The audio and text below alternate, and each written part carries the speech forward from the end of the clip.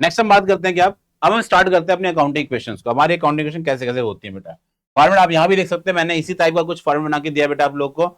मैंने भी देखिए इसके अंदर दो लाइंस को ड्रॉ कर रखा है। दो लाइन के अंदर पहला क्या है, फर्स्ट लाइन मैंने ऐसी छोड़ दिया, दूसरी लाइन के अंदर मैं अपने हेड्स को मेंशन करूंगा। एंड जो अब मेरे पास जो यहाँ पे जो मैंने व्हाइट पोर्शन छोड़ा हुआ है उसमें मैं ट्रांजेक्शन लिखने वाला हूँ, उसमें मैं ट्रांजेक्शन लिखूंगा। तो फर्स्ट ऑफ ऑल पहले मैं आपको समझा रहा हूँ, इस वजह से बेटा मैंने क्या किया, इसमें ज्यादा कुछ नहीं किया, बस पहले नॉर्मली आपको समझाने की कोशिश की यहाँ बेटा। तो पहला आता है बेटा, Amit started business, the following successive transactions are entered into. Number one, he commenced his business with 20,000 rupees as capital. उसने 20,000 रुपए से अपना बिजनेस स्टार्ट किया अमित ने, ठीक है। उसके पास कैपिटल कितनी बेटा, वो जो अपना जो कैश लेके अपने घर से वो 20,000 लेके आया। तो हमने तो पहले ही पढ़ लिया कि जो ओनर बिजनेस के अंदर पैसा इन्वेस्ट करता है उसे हम कैपिटल बोलते हैं। क्या बोलते हैं बच्चों से हम लोग, कैपिटल बोलते हैं। तो ध्यान देना यहाँ पे।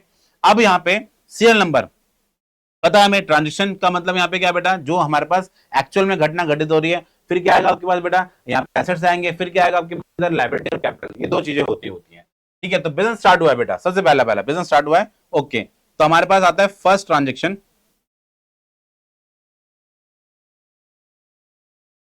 स्टार्टेड बिजनेस विद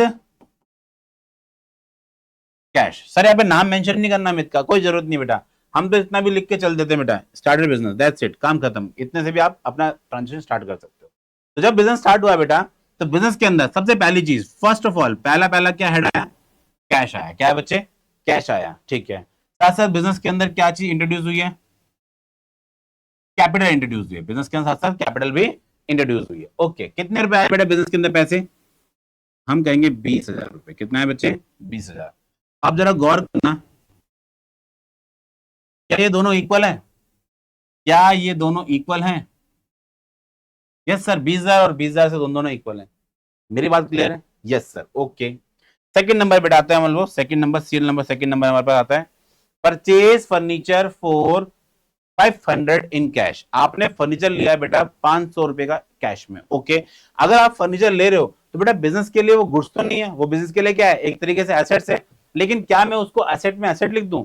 नहीं, मैं उसके लिए एक पर्टिकुलर हेड बनाऊंगा, एक पर्टिकुलर हेड बनाऊंगा, क्योंकि हमारे पास एसेट्स एक नहीं होता बेटा, मल्टीपल बहुत सारे हेड्स होते हैं हमारे पास एसेट्स के लिए। तो अब एसेट्स के लिए हमारे पास हेड बनेगा।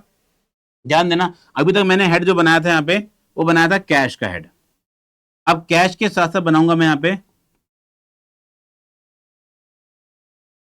फर्नीचर का हेड, ठीक है। और वो भी हमने कैसे लिया बेटा, कैश में लिया। किस में लिया बेटा, कैश में सामान लिया, ठीक है। तो यहां लिखूंगा पहले मैं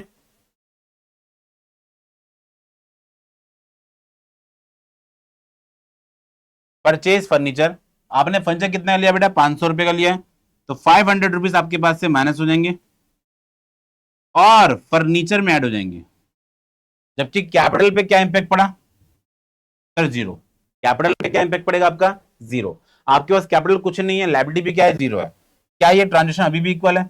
यस सर, बिल्कुल इक्वल है तो अभी भी, ठीक है। यहाँ पे कैपिटल पे क्या इंपैक्ट पड़ा बेटा हमारे बिजनेस के अंदर, जीरो। क्योंकि हमने क्या किया, एक साइड के ट्रांजेक्शन हमने ही, हमारे पास एक एसेट्स आया और साथ में एक एसेट्स कम भी हो गया।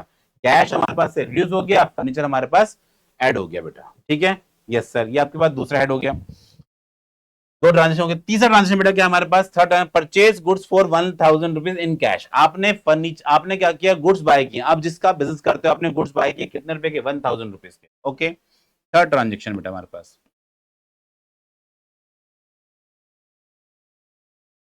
Purchase goods. यहां पे आप क्या करोगे, अगेन कैश के नाम पे एक हेड होगा। फर्नीचर आपने पीछे देखा है बेटा, फर्नीचर भी हमारे पास एक हेड होगा। एंड थर्ड हेड हमारे पास आएगा बेटा क्या, स्टॉक। क्या आएगा, स्टॉक। हमने स्टॉक बाय किया, क्या हमने बाय किया बेटा, स्टॉक बाय किया, ठीक है। तो कैपिटल, इसके अंदर क्या चेंज आ रहा है, ध्यान देना। तो हमने गुड्स बाय किए कितने रुपए के, 1,000 रुपीज के, वो भी कैश में बाय किए। तो आपके पास से अगेन बेटा, अगेन आपके पास से कैश माइनस हो जाएगा, फर्नीचर कुछ नहीं है, स्टॉक के अंदर कितने रुपए ऐड हो गए, 1,000 रुपीज। कैपिटल में क्या चेंज आया बेटा, कुछ नहीं तो जीरो। क्या ये इक्वेशन अभी बराबर है? आप कहोगे हाँ सर बिल्कुल इक्वल है, क्योंकि सर ये नेगेटिव है पॉजिटिव, तो आंसर क्या आएगा, जीरो आएगा, ठीक है बच्चे। Yes sir.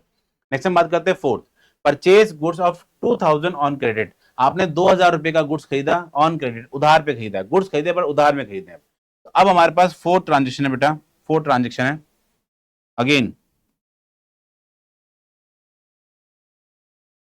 Purchase goods. Sir आपने यहां मेंशन नहीं किया कि कैश में, आप यहां पे लिख सकते हो, एक्स्ट्रा में आप लिख सकते हो बेटा क्या, इन कैश। जैसे कि अब यहां पे देखो डिफरेंशिएट करना पड़ रहा है मेरे को, तो मैं लिख सकता हूं यहां पे इन क्रेडिट, ठीक है। इन नहीं, सॉरी ऑन होगा ना यहाँ पे, ऑन क्रेडिट, ठीक है। तो हम लोग यहाँ पे क्या कर रहे हैं बेटा, गुड्स को खरीद रहे हैं ऑन क्रेडिट, ठीक है। तो अब अगेन इसमें हेड होगा कैश, हमने पहले वाले में बनाया था फर्नीचर, फिर stock.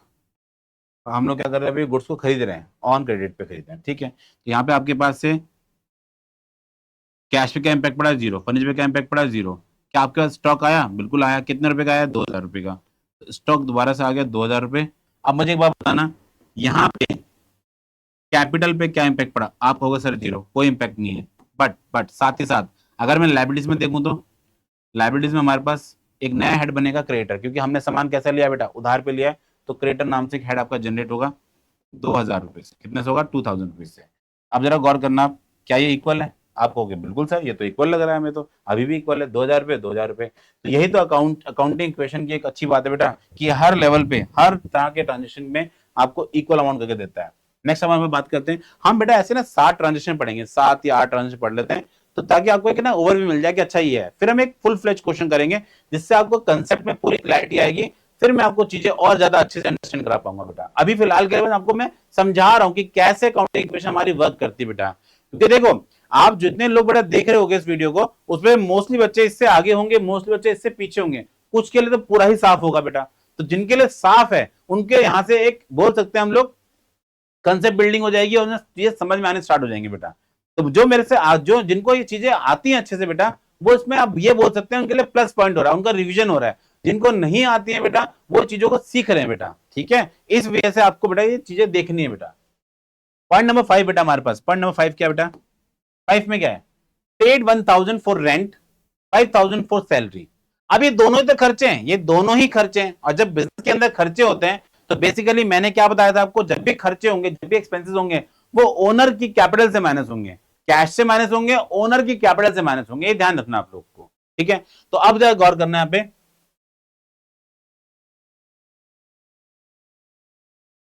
Paid rent and salary, paid rent and salary. अब यहाँ पे हेड क्या होगा, फर्स्ट कैश, हमने पीछे क्या हेड बनाया था बच्चे, फर्नीचर, स्टॉक। यहाँ पे क्या हेड बनाया था बेटा हमने, कैपिटल, और एक हेड और बनाया था क्रेडिटर्स। अब जरा गौर करेंगे आप लोग, पेड रेंट, आपने रेंट कितने का पे किया है, आप कहोगे सर 1,000 रुपीज का। और ध्यान देना, रेंट आपने पे किया है 1,000 रुपीज का, आपने सैलरी पे की कितने की, 5,000 रुपीज की। तो कुल मिला के आपके पास से खर्च कितने रुपए हो रहे हैं, खर्चे कितने के आ रहे हैं आपके पास से, सर 6,000 रुपए। अब आप क्या करोगे, 6,000 रुपए पूरा का पूरा कैश से माइनस कर दोगे, एज वेल एज आप कैपिटल से भी माइनस कर दोगे, ठीक है। अब जरा मुझे एक बात बताना, क्या हमारे अकाउंटिंग इक्वेशन इक्वल है अभी भी, यस बिल्कुल इक्वल है।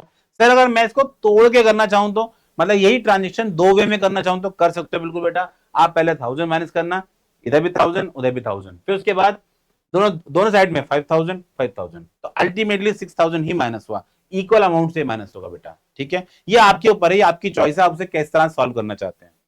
नेक्स्ट हम बात करते हैं, Rakesh withdraw 2,000 for his personal use. Rakesh ने विड्रॉ किए कितने रुपए, राकेश ने विड्रॉ किए 2,000 रुपए फॉर हिज पर्सनल यूज, अपने यूज के लिए। हमने जो बिजनेस स्टार्ट किया बेटा, सॉरी यहाँ पे राकेश वर्ड नहीं होगा बेटा,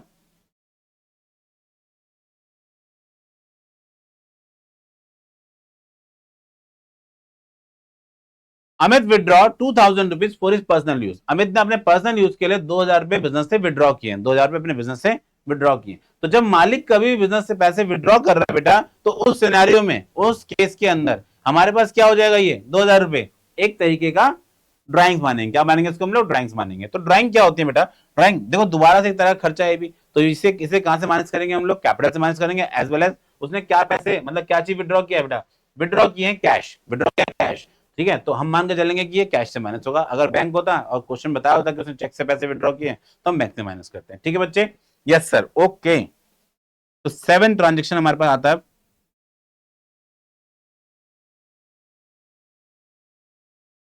सॉरी 7 नहीं 6 है।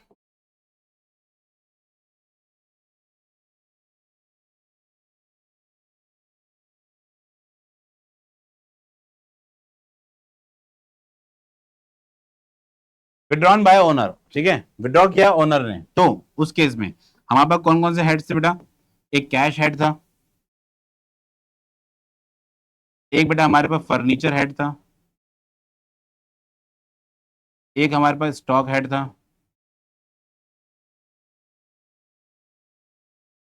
यहाँ पे कैपिटल,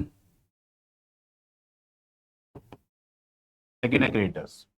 ध्यान देना, विड्रॉ बाय ओनर, जो ओनर ने पैसे निकाले, तो ओनर ने कितने विड्रॉ किए? 2,000 रुपए, कैश से minus as well as capital से माइनस। अब जरा गौर करना, क्या हमारी इक्वेशन इक्वल है? बिल्कुल इक्वल है, दोनों साइड पे क्या है, ये इक्वल है।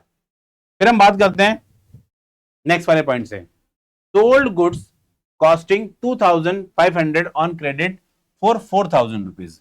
भाई जिस सामान की जो कॉस्टिंग 2,500 रुपए थी, मैंने उसे कितने में उधार में बेच दिया? 4,000 में उधार में बेच दिया। वाओ, वेरी गुड, अच्छा बिजनेस है बेटा ये तो। गौर करेंगे अब, हम बोलेंगे सोल्ड गुड्स, क्या बोलेंगे इसको हम? सोल्ड गुड्स, सामान बेच रहे हैं हम लोग, सोल्ड गुड्स। अब मैं यहाँ पहले हेड्स लिख दूँ सारे सारे, तो भाई हमारे पास कैश हेड था, फर्नीचर, स्टॉक, और यहाँ पे हेड था हमारे पास कैपिटल, सेकंड हेड था बेटा क्रेडिटर्स।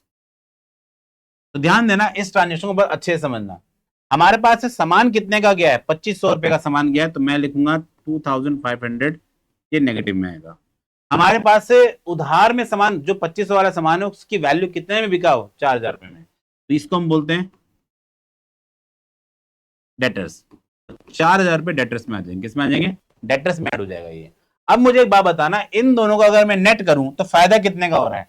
4,000 रुपए का सामान बिका, 2,500 की चिंता, तो आपको 1,500 का फायदा हुआ है। और 1,500 रुपए एक्चुअल में जो है मालिक को मिलेंगे, ओनर को मिलेंगे, जो बिजनेस में पैसे उसने इन्वेस्ट किए, जो पैसे उसने बिजनेस के अंदर इन्वेस्ट कर रखे हैं, उसे हम बोलेंगे। मेरी बात क्लियर है? Yes sir. पैसे मिलेंगे ना, मैंने माइनस क्यों कर दिया? तो इसके लिए प्लस हो जाएंगे, पैसे क्या हो जाएंगे? प्लस हो जाएंगे। अब जरा गौर करना मेरी बात पे आप लोग, क्या ये इक्वल अमाउंट है? बिल्कुल सर इक्वल अमाउंट है भी। तो यहाँ पे क्या है? More than two amount, more than two accounts. इसमें क्या एक से ज्यादा अकाउंट इफेक्ट हो रहे हैं? बिल्कुल हो रहे हैं। आप एक साइड पे देखो 2 अकाउंट इफेक्ट हो गए, उस साइड पे एक ही हो, लेकिन इक्वल अमाउंट से इफेक्ट हो रहा है। जो इफेक्ट पड़ भी रहा है वो कैसा है बेटा? वो इक्वल अमाउंट से इफेक्ट पड़ रहा है।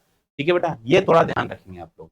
मेरी बात आप लोग को यहाँ तक समझ में आई? मेरी बात आप समझ पा रहे हैं? बिल्कुल सर समझ पा रहे हैं, हमें पूरी बात समझ में आ गई है कि हम लोग इस तरीके से अपनी अकाउंटिंग को रिकॉर्ड करते हैं अकाउंटिंग इक्वेशंस के अंदर। ठीक है, तो ये पूरे मैंने कितने ट्रांजेक्शन किए बेटा? ये 7 ट्रांजेक्शन मैंने यहाँ पे बताए आपको। पहले में हमने बिजनेस स्टार्ट किया है, दूसरे में बेटा हमने फर्नीचर बाय किया, फिर हम लोगों ने क्या किया बेटा? इसके बाद गुड्स परचेज किए 1,000 रुपीज इन कैश, फिर हमने क्रेडिट में बाय किए, फिर हमने क्या किया? रेंट पे किया, कुछ खर्चे पे किए, फिर विड्रॉ किया बेटा ओनर ने बिजनेस से, एंड देन उसके बाद फाइनली उसने सामान बेचा है और फिर उसको फायदा हुआ है बेटा। तो ये 7 ट्रांजेक्शन हमने रिकॉर्ड किए।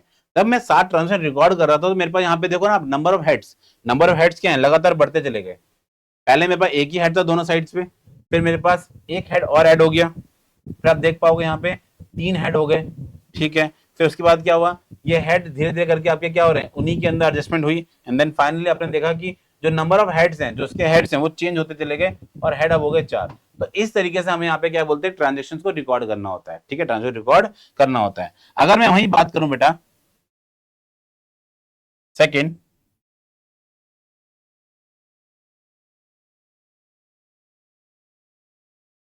तो जब हम बात करते हैं ना assets equals to liabilities plus capital की, तो एसेट्स बेसिकली हमारे पास कौन कौन से होते हैं? आपको बात ध्यान रखनी है बेटा। एसेट्स हमारे पास हो सकता है कैश, हमारे पास हो सकता है मशीनरी, हमारे पास हो सकता है स्टॉक, हमारे पास हो सकता है फर्नीचर, हमारे पास हो सकता है प्रीपेड, हमारे पास हो सकता है प्लांट, जिसको अभी हमने उधार पे सामान बेचा है वो हो सकता है डेटर्स। ठीक है। इसमें और भी चीजें हो सकती हैं, इसमें भी और भी चीज हो सकती हैं, जैसे कि बिल रिसीवेबल हो सकते हैं। इसमें क्या हो सकता है, इन्वेस्टमेंट हो सकती है। क्या ये सर और भी हैं? हाँ बेटा ये और भी है, इसको हम बोल सकते हैं एक्सेट्रा, ये और भी है बेटा, और भी है। लाइबिलिटीज में हमारे पास क्या क्या चीजें हो सकती हैं, तो लाइबिलिटी में बेटा सबसे पहला आउटस्टैंडिंग हो सकता है, फिर बेटा क्रेडिटर्स हो सकते हैं जिनसे आपने उधार पे सामान ले रखा है, आपके बिजनेस के लिए लोन हो सकते हैं, ठीक है, आपके लिए बिल्स पेबल हो सकता है, और बहुत सारी चीजें, तो एक्सेट्रा। कैपिटल, तो कैपिटल ही होती है क्योंकि इसको हम इंटरनल लाइबिलिटी मानते हैं, और कैपिटल आपको पता है इंटरनल लाइबिलिटी होती है, ठीक है। हमने पढ़ा था ये बात पहले भी, चैप्टर 2 के अंदर हम लोगों ने अच्छे से समझा है कि लाइबिलिटीज के दो तरह की लाइबिलिटी होती है, internal liability, external liability. Internal liability को हम कैपिटल बोलते हैं, एक्सटर्नल लाइबिलिटी को हम लोग आपका आउटसाइडर लाइबिलिटी बोलते हैं। आउटसाइडर लाइबिलिटी जैसे कि जितने भी आपके ये सब होते हैं, ये सब आपके लिए आउटसाइडर लाइबिलिटी। और ये कौन सी लाइबिलिटी बेटा आपके लिए, ये आपके लाइबिलिटी इंटरनल लाइबिलिटी। बिजनेस के लिए क्या है, इंटरनल लाइबिलिटी। कैपिटल को तो हम कैपिटल के नाम से ही डोंट करते हैं। तो ऐसे हमारे पास ना मल्टीपल हेड्स आएंगे, मल्टीपल हेड्स आएंगे। जैसे कि अभी आप पूछेंगे सर ये आउटस्टैंडिंग आपने लिख दिया, यहाँ पे आपने प्रीपेड लिख दिया, इसकी तो ट्रांजेक्शन अभी हुई नहीं है। हम क्वेश्चंस के अंदर करेंगे, हम इसके प्रैक्टिकल एस्पेक्ट को समझेंगे तब हम क्वेश्चंस करेंगे बेटा, ठीक है।